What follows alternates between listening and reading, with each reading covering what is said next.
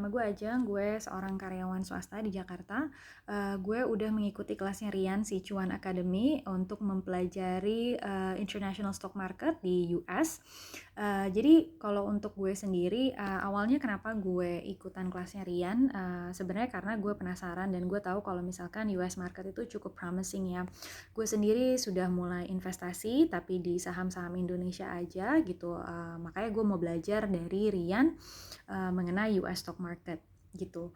Nah, yang paling gue sukai dari kelasnya Rian, yang pertama adalah kredibilitasnya Rian sendiri.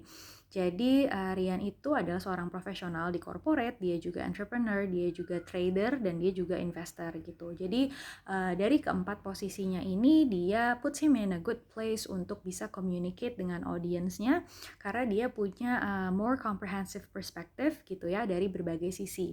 Dan kebetulan gue sebagai karyawan gitu kan, dengan my main income sebenarnya datang dari kerjaan gue, sehingga I really need more advice gitu ya, supaya gue bisa punya confident untuk put my hard earned money di tempat yang baik gitu, di tempat yang tepat.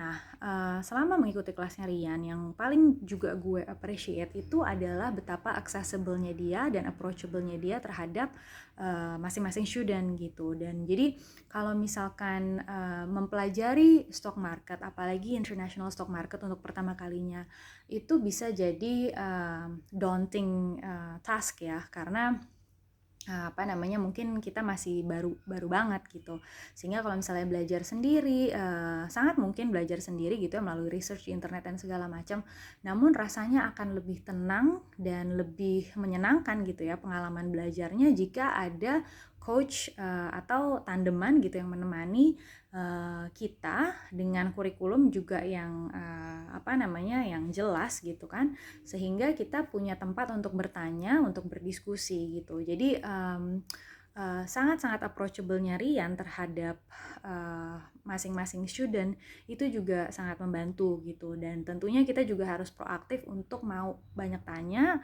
untuk mau ajak Rian diskusi, karena di Rian sendiri juga cukup open dan welcome gitu ya. Mungkin satu trik aja kalau untuk yang ingin ikut kelasnya Rian, sering-sering juga komplement komplement pengalaman belajarnya melalui pembelajaran sendiri gitu ya, untuk melengkapi apa yang Rian sudah share selama di kelas gitu. Karena tentunya kita tidak bisa hanya bergantung sama apa yang Rian sudah share gitu kan.